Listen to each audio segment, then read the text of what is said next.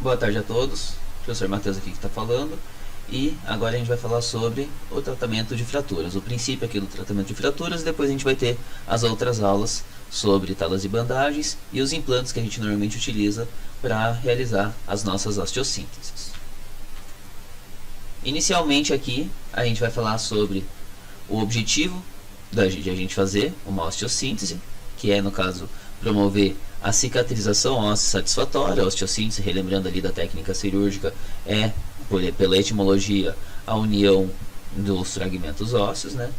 E também, logicamente, a gente não pode esquecer disso, que fazendo o retorno da função da região afetada, que aquele membro tem que voltar a funcionar de uma maneira correta para esse paciente continuar tendo a sua vida, né? Não adianta a gente conseguir fazer a união dos ossos ignorando todo o alinhamento, ou às vezes de uma maneira em que o paciente fique com atrofia muscular ou destruindo toda a musculatura, de uma forma com que aquele membro do paciente fique completamente danificado, deficiente, né? A ideia é que a gente faça com que esse membro volte ao que era antes da fratura, né? Volte ao normal propriamente dito, né?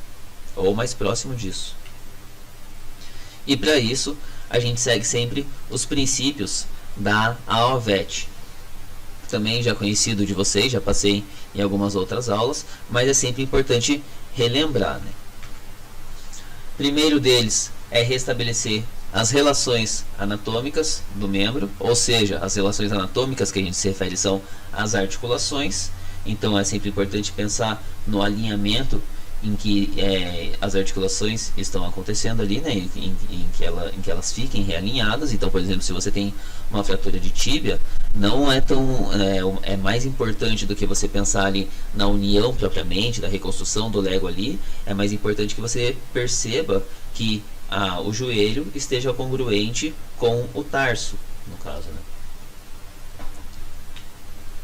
Outra coisa também importante é que a estabilização seja realizada por fixação óssea ou bandagem conforme a necessidade da injúria e do tipo de fratura.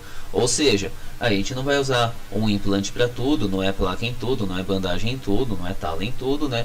Então a gente tem que saber todas as diferenças que a gente tem, né? Todos os tipos de possibilidades que a gente tem de implante, para saber fazer a classificação das fraturas, que a gente vai ver daqui a pouco, mais para frente, como funciona, justamente para a gente poder fazer o encaixe ali ideal entre os implantes e o tipo de fratura para conseguir chegar no melhor resultado possível, né?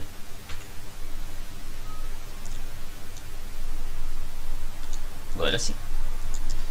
Preservar o aporte sanguíneo de tecidos moles adjacentes à lesão com manipulação cuidadosa dos tecidos. Daí que justifica totalmente as aulas que a gente tem anteriormente sobre os acessos cirúrgicos, né? É exatamente aqui que encaixam os acessos cirúrgicos. Por que eles são importantes? Justamente porque eles são treinados para que a gente consiga lesionar o menos possível cada uma das musculaturas da região, porque quando a gente consegue preservar o aporte sanguíneo e os tecidos adjacentes da lesão, a gente vai ver nessa aula, que eles vão otimizar muito a nossa osteossíntese. Quando o osso é fraturado, ele tem a perda ali da sua função, e o que vai ajudar ele a recuperar sua função são as musculaturas e a vascularização, o sistema circulatório ali da região. Então, quando a gente destrói muito eles, quando a gente destrói as musculaturas durante o nosso acesso, a gente vai piorando cada vez mais a nossa osteossíntese. Então, quanto mais a gente preservar, quanto menos a gente manipular sem necessidade, quanto menos a gente incisar sem necessidade, melhor para a nossa recuperação no pós-operatório. E o quarto princípio, mas tão importante quanto todos, e não deixa de ser uma resultante, na verdade, de aplicar os outros três de uma maneira bem feita, que é promover a movimentação precoce ativa e indolor da região afetada, né? Antigamente se pensava que o paciente precisava ficar quieto, precisava ficar trancado durante muito tempo para conseguir fazer a sua recuperação. Agora a gente sabe que, na verdade, quanto antes esse paciente começar a pisar, começar a utilizar esse membro, melhor. Principalmente de uma forma ativa e indolor. Não é ativa que eu vou deixar o paciente também correr 100 metros rasos depois de uma semana da cirurgia, né? Mas é ele pisar com segurança, você perceber que ele está depositando a carga, que ele vai andar e ele não fica poupando o membro quando ele está em estação, ele está usando os 4 membros como realmente tendo confiança naquele membro que está apoiado, né? Para a gente entender como a gente deve fazer a nossa osteossíntese, como a gente faz a união entre os ossos, é importante a gente entender que a gente precisa fazer a neutralização das forças que atuam sobre o osso, né? As principais forças, na verdade as 3 primordiais que a gente diz, são as forças de dobra no osso, que seria o bending aqui, que é a força de dobramento mesmo de um osso. A força torsional aqui, a força de rotação sobre um osso. Por exemplo, quando você tem um impacto fazendo um giro, por exemplo, ou quando o membro está travado em algum lugar e você tenta fazer um giro sobre o eixo desse osso. E o de compressão axial, que seria referente ao impacto direto, a uma queda, por exemplo, de algum lugar, né? Que seria essa compressão axial sobre o eixo do osso, né? E daí as outras formas que a gente percebe de fraturas que a gente tem, ou formas que a gente analisa de força, normalmente acabam sendo derivações dessas, combinações dessas forças. E o que a gente vai fazer com a nossa osteossíntese, como a gente disse, é promover a cicatrização óssea, ou aqui a gente pode chamar também de consolidação óssea, né? Por definição, é o processo biológico no qual ocorre a restauração de um tecido ósseo ou cartilaginoso lesado, de forma que se restabeleça a continuidade tecidual necessária para realizar a sua função. De uma forma bonitinha, mas escrito que a gente já tinha comentado, né? Que a gente vai ter que reconstruir o osso para que esse membro volte a funcionar, né?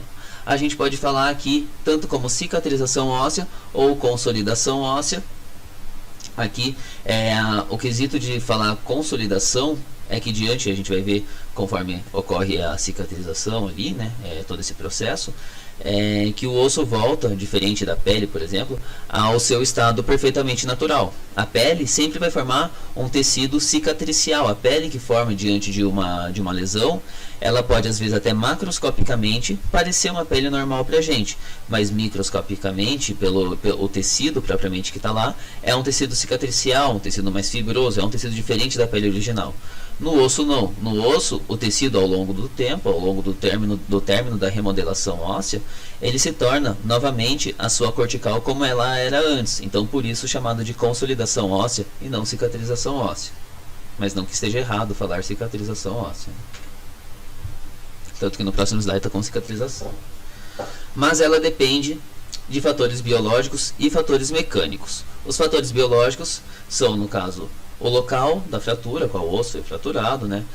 O nível de lesão de tecidos moles e o tipo de fratura que ocorreu, o nível de resposta celular desse paciente, no caso, às vezes se é um paciente que tem alguma outra doença concomitante que leva a algum comprometimento ou atraso da cicatrização, ou um paciente muito idoso também, que leva um tempo maior naturalmente para cicatrizar, e o comprimento da circulação da região.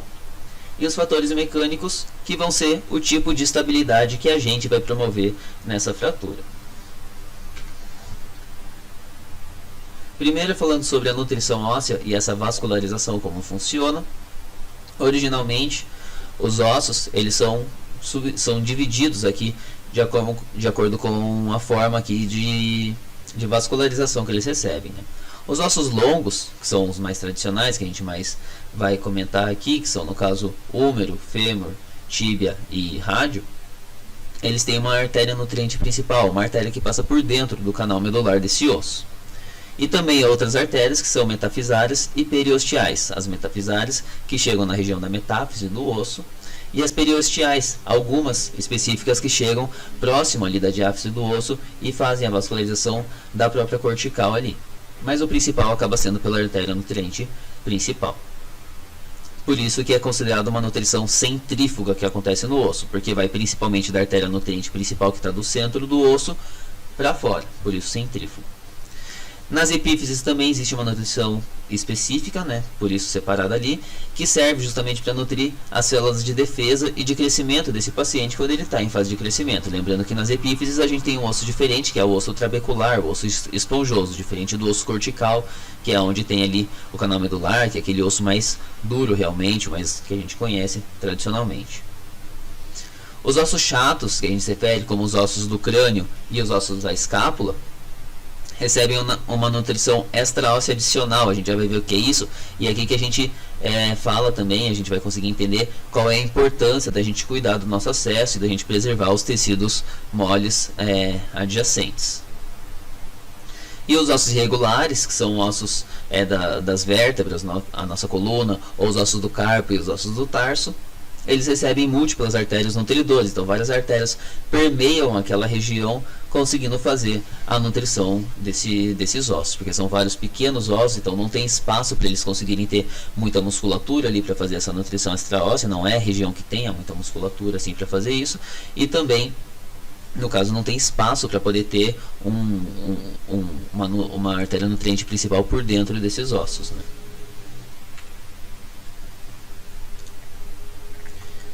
E aqui a gente tem a exemplificação de tudo isso. Então, aqui esse osso longo, a gente consegue ver a artéria nutriente principal, que ela entra pelo forame nutrício que tem em cada osso, ali para poder fazer essa irrigação. Aqui também a gente tem um exemplo das artérias periosteais, que ajudam, no caso, a artéria nutriente principal a fazer a vascularização mais externa desse osso. E aqui uns exemplos das artérias metafisárias, que chegam especificamente para essa região, e as artérias epifisárias, que fazem aqui a parte do osso trabecular, que é nessa região aqui, né? E aqui é o que a gente fala das artérias extraósseas. Artérias extraósseas, que é o que irriga a escápula, por exemplo, ali que a gente tinha comentado e que a gente está vendo nesse exemplo, são artérias que saem da musculatura adjacente a esse osso e fazem a nutrição auxiliar desse osso. Por isso que é chamada extra-óssea, porque ele vem da musculatura para o osso, né? Não é originalmente do osso. Inclusive, quando a gente faz o acesso natural da escápula, já que tem muito disso, a gente consegue ver, inclusive, várias pontinhas de sangue começando a sair ali da escápula, que é dessas mini artérias que a gente destrói quando faz a elevação de toda a musculatura ali, né? Aqui nesse caso a gente está conseguindo ver que existe uma fratura nesse osso, né, nesse fêmur aqui desenhado, e que tem o calo ósseo se formando, e que a artéria nutriente principal desse osso ainda não existe. Ela está rompida aqui diante da fratura, que logicamente rompe a artéria também. E esse monte de artéria extra-óssea se apresentando aqui do lado. Isso acontece porque quando o organismo percebe que a artéria nutriente principal foi rompida, que ocorreu a fratura, automaticamente a musculatura começa a promover essas artérias extraósseas, entendendo que o osso está incapaz de conseguir ter a própria circulação, e daí vai ajudar ali e vai ficar mantendo essa revascularização, essa vascularização extraóssea, até que a artéria nutriente principal seja restabelecida. Tanto que a gente consegue ver aqui que depois que ela está íntegra de novo, a artéria extraóssea naturalmente regride, ou as artérias extraósseas aqui naturalmente da musculatura regridem, entendendo que elas não são mais necessárias.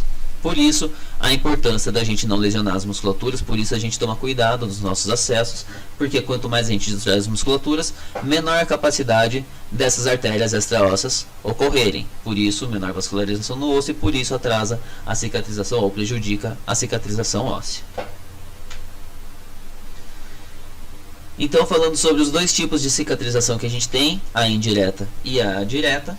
A indireta depende de instabilidade, mas é uma instabilidade relativa, né? A gente chama normalmente de estabilidade relativa e estabilidade absoluta, que a gente vai falar sobre a direta também. É uma forma mais tradicional também da gente costumar falar sobre isso.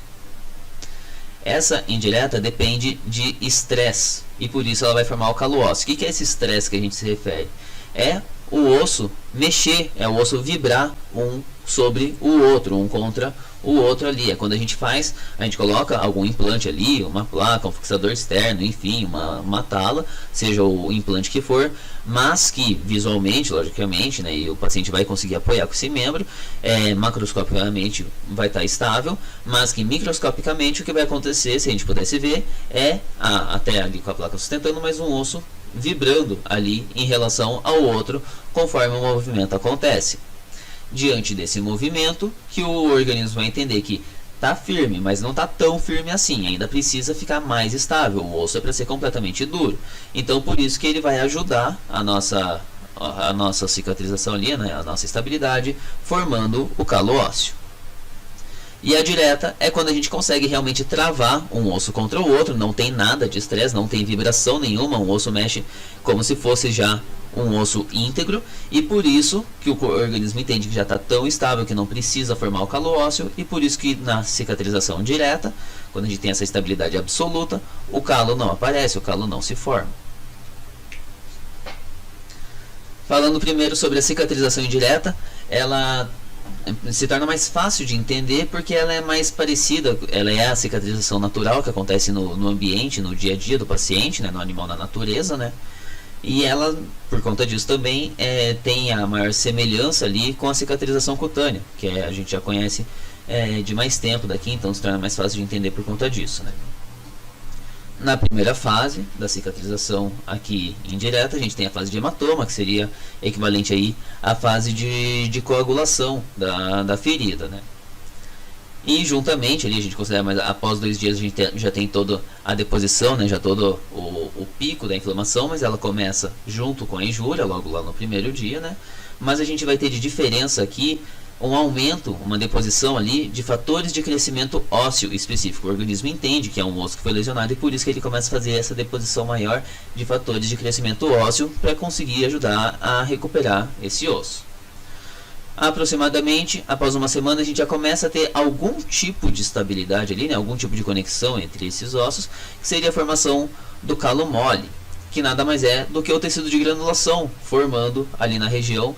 Porém, justamente como é para a ideia de fazer a estabilização de um osso, esse tecido de granulação acaba tendo uma deposição muito maior de tecido conjuntivo do que o que seria em comparação a uma cicatrização cutânea ali, né? Justamente para começar a ter cada vez mais densidade ali, alguma forma de resistência maior ali. Depois, com o tempo, esse tecido conjuntivo vai começando a ser substituído pelo tecido ósseo, inicialmente tecido ósseo esponjoso, porque ele é um tecido mais novo, né, um tecido mais inicial ali, primitivo, né, digamos, do osso, que depois vai evoluir para o tecido cortical, que é mais resistente, né.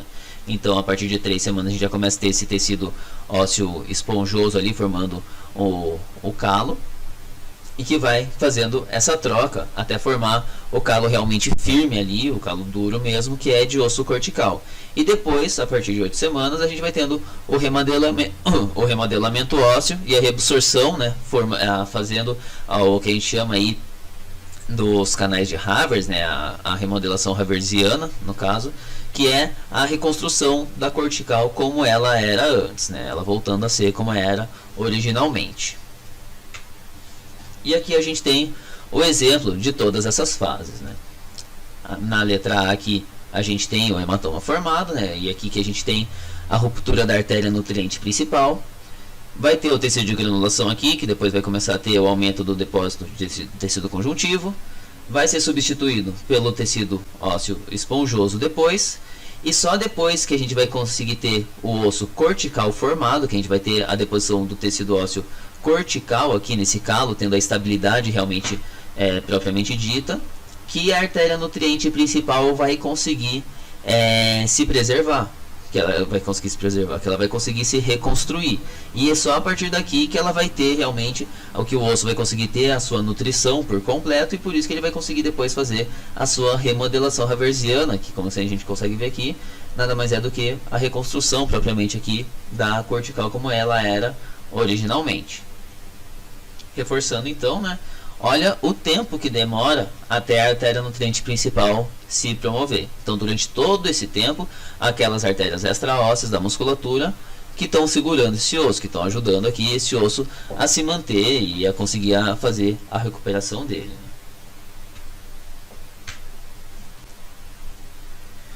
A cicatrização direta é meio que uma pulada de etapa que a gente tem ali da cicatrização óssea indireta em comparação, né? Por isso que ela é chamada de direta, né? O que a gente vai fazer, na verdade, é que a gente conseguiu fazer uma estabilidade tão grande nesse osso que não vai ter o calo ósseo, ou seja, o que vai acontecer é exclusivamente a remodelação haversiana. A gente pula toda a etapa de calo formado. Essa é a ideia da cicatrização indireta, né? Então o que vai acontecer é que sempre que a gente fizer ali uma reconstrução óssea, alguns caquinhos, alguns pequenos pedaços acabam sendo perdidos. A gente faz essa reconstrução ali, macroscopicamente está tudo perfeito, mas microscopicamente tem as pequenas falhas. Essas pequenas falhas são substituídas ali, né? São preenchidas com um tecido ósseo fibroso ali para poder ter uma superfície daí realmente completa entre os dois fragmentos. E daí os osteoclastos, que são as células de destruição óssea ali, né? Elas vão fazer uma destruição óssea controlada, né? Vão começar a fazer, no caso, uns caminhos, fendas, túneis, através das corticais, de uma cortical para outra, em direção aos dois fragmentos ósseos. Depois, dentro desses canais, dentro desses túneis que foram formados, a gente vai ter a migração de células vasculares, né, células endoteliais, e de osteoblastos, que são células criadoras de osso, precursoras do osso, justamente para poder fazer lá a liberação dos osteoides ou osteócitos, que são as células estruturais propriamente do osso. Elas ficam lá e depois vai acabar tendo o processo de mineralização depois delas, que vão fazer com que esses túneis voltem a ser, juntamente com esses osteócitos e a mineralização deles, a formar a estrutura original de volta do osso cortical, voltando a ser como era originalmente, né?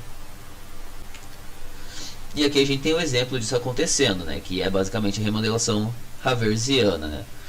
Que vai ter os osteoclastos fazendo esses túneis e depois esses túneis sendo preenchidos, né? E onde a gente tem alguma falha óssea, como mostrado aqui, a gente tem antes a deposição desse tecido fibroso aqui para preencher essa falha e conseguir fazer a comunicação dos canais.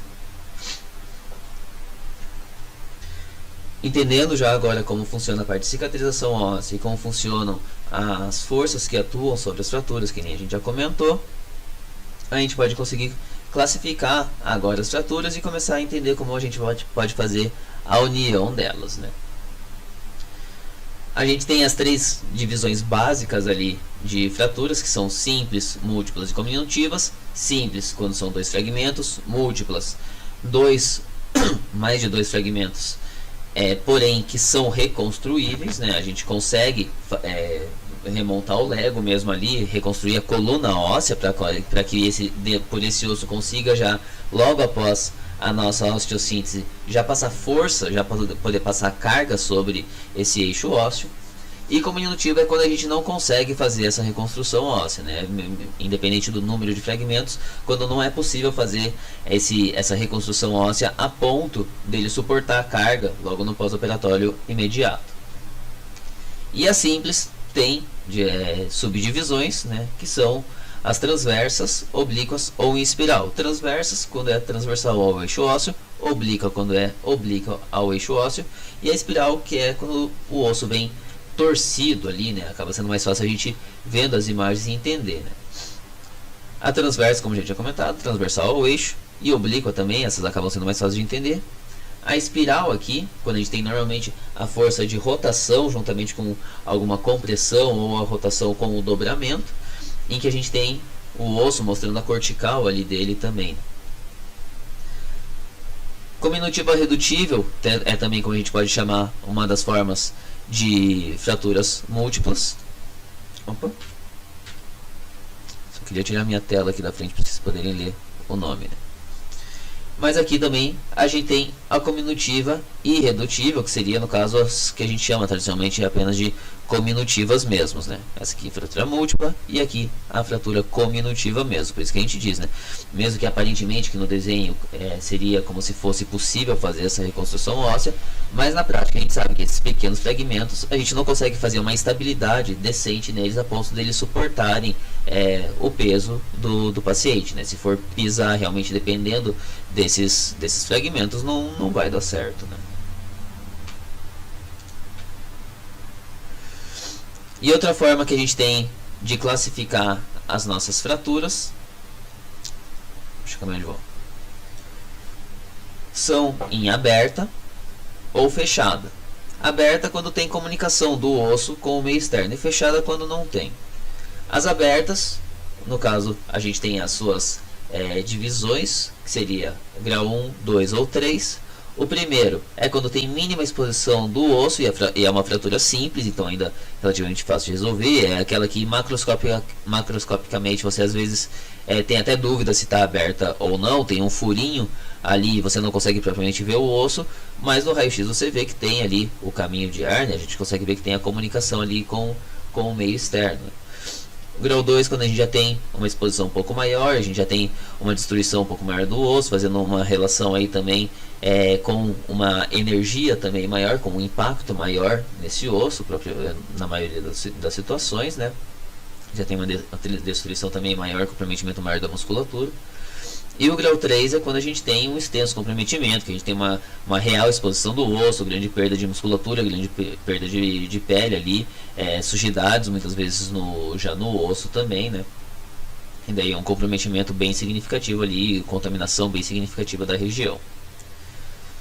E a fechada é quando a gente não tem comunicação com o meio externo, né? E a grande vantagem que a gente tem da fratura fechada é que a contaminação é zero. A gente vai ter uma fratura estéril ali para resolver, né?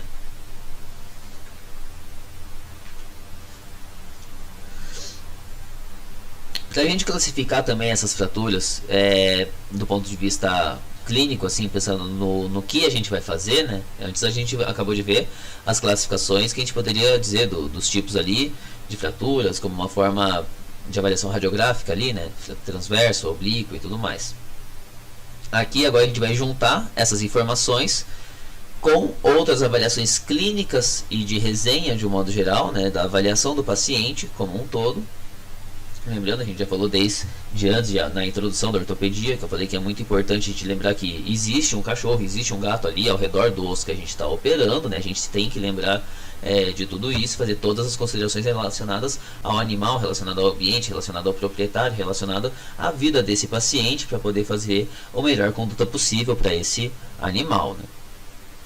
Então, aqui a gente vai ter 3 tabelas básicas ali que a gente pode utilizar, né? É uma das formas que a gente pode fazer a avaliação dessas fraturas para poder chegar no melhor tratamento possível, né? Primeira é relacionada à avaliação mecânica da fratura. Todas as tabelas, as 3 aqui que a gente vai mostrar, são avaliadas de 1 a 10, sendo 1 a pior forma possível, né? A pior classificação, e 10 a melhor, né? Que tem menor risco diante do procedimento. Então, fraturas simples são mais fáceis de resolver do que fraturas cominutivas, então por isso que a fratura simples seria o valor 10, e quanto maior a cominução do osso, menor que a avaliação dela, né?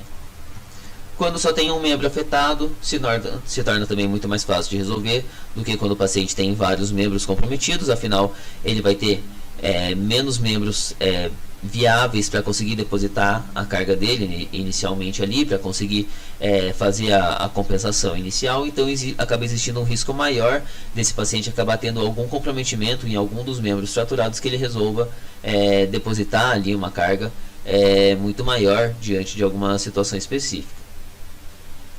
Raças pequenas também normalmente costumam dar mais certo as cirurgias, ou tem uma chance maior de dar certo, justamente porque eles têm uma carga menor de deposição ali sobre a fratura. Então normalmente é mais fácil da gente conseguir fazer o controle dessa carga, o controle do movimento de um paciente pequeno em relação a um paciente grande, né? Então por isso que normalmente é mais difícil, ou os riscos da cirurgia num animal muito maior é mais difícil, né?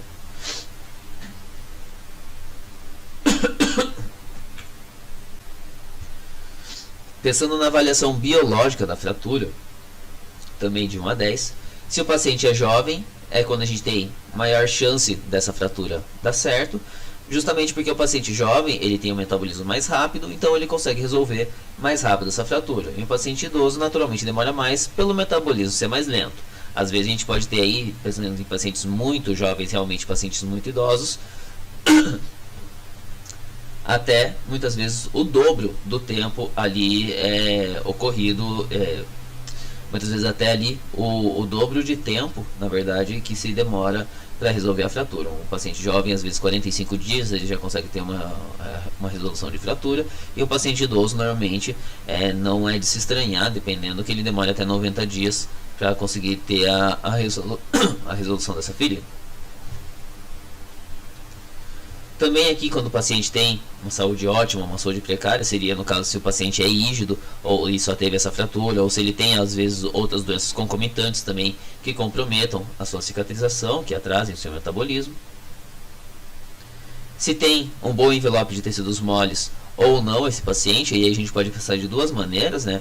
Ou pensando nos ossos específicos, por exemplo, tíbia e rádio naturalmente tem menos envelope muscular do que o húmero e fêmur. Então o húmero e fêmur normalmente aquela nutrição extra-óssea acaba sendo mais eficiente, então por isso eles têm um potencial de regeneração maior do que rádio e tíbia. E também pensando na nutrição em si do paciente, né? Se o paciente tem uma hipertrofia ali, é um paciente mais musculoso, ou se é um paciente que está caquético, que naturalmente vai ter uma deficiência também, uma fraqueza dessas musculaturas nesse sentido, né? Não vai ter tanto potencial de musculatura para poder fazer a recuperação extra-óssea, a neovascularização extra-óssea, e daí por isso pode atrasar a cicatrização.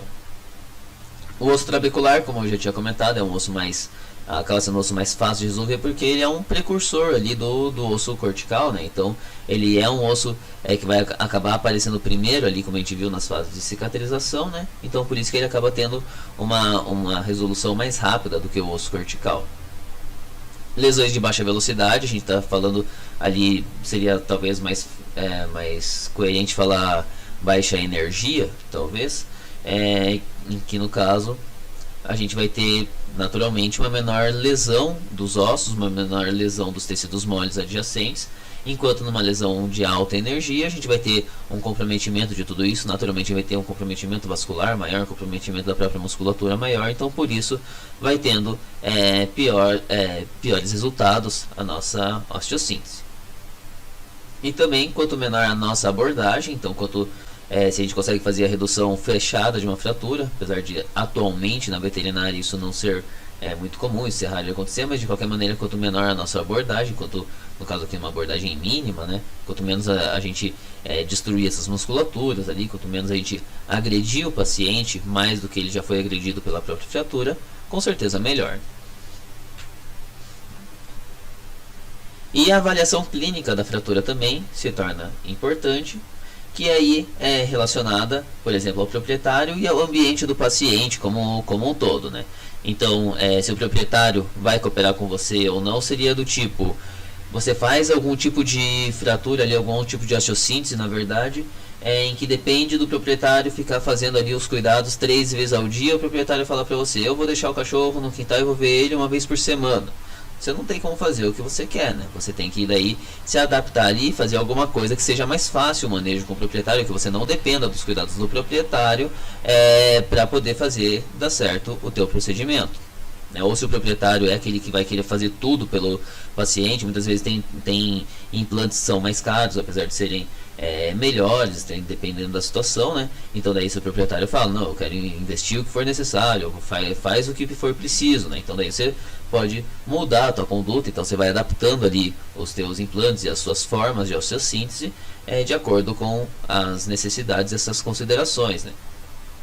Em relação ao paciente também, se é um paciente que é fácil de lidar, né? Se é um paciente agressivo, o proprietário vai conseguir fazer algum manejo ou não.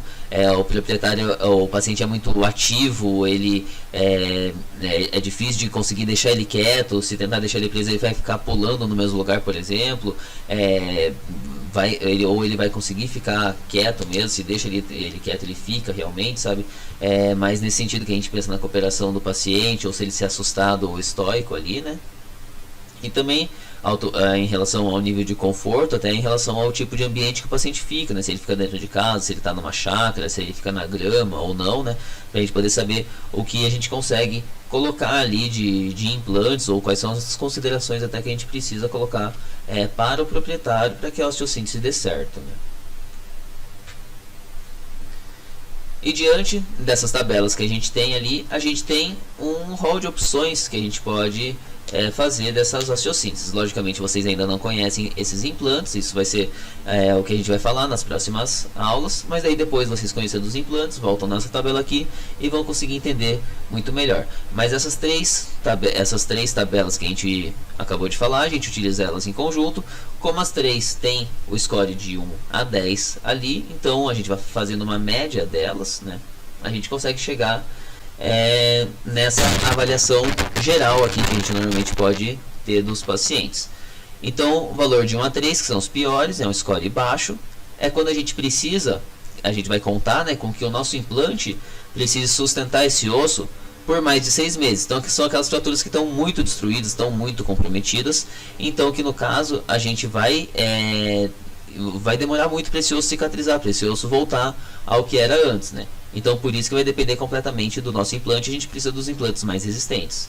Então, aqui a gente coloca as plásticas, as placas, as hastes bloqueadas, os fixadores externos tipo 2 e os fixadores externos tipo 3. 4 a 7 seria um valor médio. Então, que o implante divide a carga com o osso após um curto período de tempo. Então, antes das 6 semanas, às vezes depois de um mês, 3 semanas ali, né, mas normalmente um mês, a gente já tem algum tipo de contato entre os fragmentos ósseos, fazendo com que ele já consiga fazer essa divisão da carga com o implante, né. A gente ainda pode continuar usando as placas e as hastes e os fixadores externos tipo 2. As placas também são muito versáteis, então por isso que elas podem encaixar basicamente em qualquer score que a gente tenha aqui, né? E o melhor score que a gente tem, de 8 a 10, é quando a gente já tem uma divisão imediata de cargas. É normalmente quando a gente consegue reconstruir perfeitamente a coluna óssea desse paciente no ato cirúrgico ali, ou no ato da abordagem desse paciente. Então tem uma rápida cicatrização. E aí a gente pode utilizar os fixadores externos tipo 1, que são os implantes mais simples. Tradicionalmente pode ser utilizado, apesar de atualmente já não ser comum a gente utilizar exclusivamente dessa maneira, mas os pinos intramedulares ou cerclagens, e também as talas e bandagens, né, que são as formas mais conservativas possíveis aí da gente fazer a estabilização de um membro, fazer uma osteossíntese, né.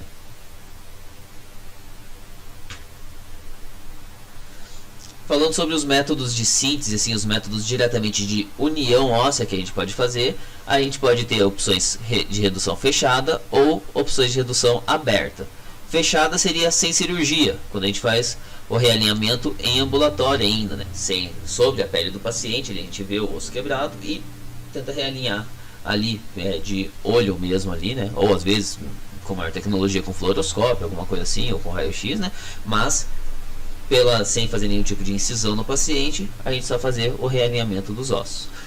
A vantagem é a preservação teórica ali dos tecidos moles e vasos sanguíneos. Eu digo teórica aqui porque a princípio a gente tem uma menor lesão, porque a gente não vai cortar, a gente não vai cisar, a gente não vai afastar, nem nada assim. Mas pode acontecer, existe o risco, tem que saber fazer, então, e tem que ter muitas considerações sobre quando fazer, né, esse tipo de osteossíntese, porque se você fica também tentando muito, fazendo alavanca lá, forçando uma ponta contra a outra, tentando realinhar e não consegue, uma hora você está com essa ponta óssea mexendo de um lado para o outro, você está destruindo toda a musculatura lá por dentro, né? Dependendo do quanto você tenta, você acaba fazendo até uma lesão maior do que se você tivesse feito um acesso cirúrgico para realinhar o osso de uma vez, sabe? Inclusive já tive essa experiência de acabar tentando fazer, né, o realinhamento e acabar fazendo a lesão, inclusive da própria pele ali, nesse realinhamento, e de uma fratura fechada você acaba fazendo uma fratura aberta, né? Então daí piorando muito as condições do paciente, porque daí você tem a contaminação do osso ali fora do centro cirúrgico, né, porque foi no ambulatório, então você acaba tendo ali muitas vezes a piora dessa situação, né. Também, então por conta disso que teoricamente acaba tendo um menor risco de infecção, considerando que você consiga fazer o realinhamento direto ali, sem ficar tentando e não conseguindo, né. E daí por isso também que acaba tendo redução do período cirúrgico, né? Você só cede ao paciente, realinha, faz a tala ali ou faz o fixador externo, que são as duas opções viáveis quando a gente faz a osteossíntese fechada, ou gesso, né? Enfim. Só que daí a gente tem as desvantagens que a gente não consegue ver propriamente a fratura, então a gente não consegue ter absoluta certeza de como tá lá dentro, né? A gente acaba sendo mais baseado no realinhamento das articulações de uma maneira mais exclusiva ali, né? E a gente não pode fazer nenhum tipo de estabilização interna, né? A gente não vai ter o acesso direto ao osso, a gente não consegue colocar haste bloqueada, a gente não consegue colocar placa, a gente não consegue colocar cerclagem, pino intramedular, nem nada assim. Pino intramedular, na verdade, até dá também para colocar, né? Dependendo, dá para colocar de forma normógrada ali, dá para colocar o pino intramedular também. E daí, normalmente, o que a gente tem que fazer é a distração desse membro, faz o alongamento propriamente ali das musculaturas para ajudar a fazer a liberação, o relaxamento ali e a distração dos ossos, para conseguir reencaixar eles ali, realinhar eles, cada um a quina com a quina ali, para conseguir fazer essa tração. E a redução aberta é quando a gente faz o acesso cirúrgico, e aí a gente tem as vantagens de ver propriamente a fratura. A gente pode utilizar qualquer tipo de implante que a gente queira. A gente tem a possibilidade de fazer a reconstrução óssea perfeita quando possível. A gente tem a possibilidade de colocar enxertos quando possível, quando necessário também, dependendo do tipo de fratura, dependendo do que aconteceu. A gente tem a desvantagem inevitável de ter o trauma e risco de contaminação, porque a gente está abrindo ali o osso, está fazendo todo o acesso cirúrgico, né? Então, por isso que inevitavelmente esses riscos passam a existir, enquanto na osteossíntese não. Osteossíntese fechada não, né? Porém, a gente tem aqui uma outra vantagem que a gente consegue entender através das possibilidades aqui de reconstrução de forma aberta, né? Que a gente consegue fazer alavancas diretas com os instrumentais nos ossos, pegar os ossos com a pinça e conseguir fazer o realinhamento ali perfeito dele, de uma maneira mais estável, mais certeira. E quando a gente tem vários fragmentos, quando a gente faz a osteossíntese fechada, a gente não consegue realinhar 3 fragmentos. Normalmente a gente realinha um com o outro. Quando a gente tenta realinhar o terceiro, o primeiro se solta, né? É muito difícil sem você conseguir ter a manipulação direta dos fragmentos.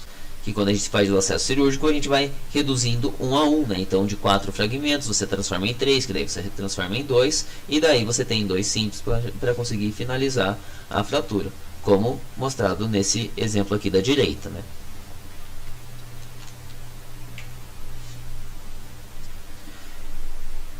E os equipamentos de síntese que a gente tem vários, muitos além dos que estão aqui, mas eu vou mostrar para vocês os que são mais comuns, né? Os que a gente tradicionalmente mais utiliza na nossa realidade, ou pelo menos na minha realidade veterinária, que são as talas e bandagens, os pinos intramedulares, as cerclagens, os fixadores externos circulares, também conhecidos como fixadores de Ilizarov, placas e parafusos e as hastes bloqueadas. Porém, agora aqui a gente finaliza essa aula de introdução às osteossínteses e depois a gente terá as próximas aulas específicas sobre talas e bandagens e os outros implantes. Boa tarde a todos e até a próxima aula.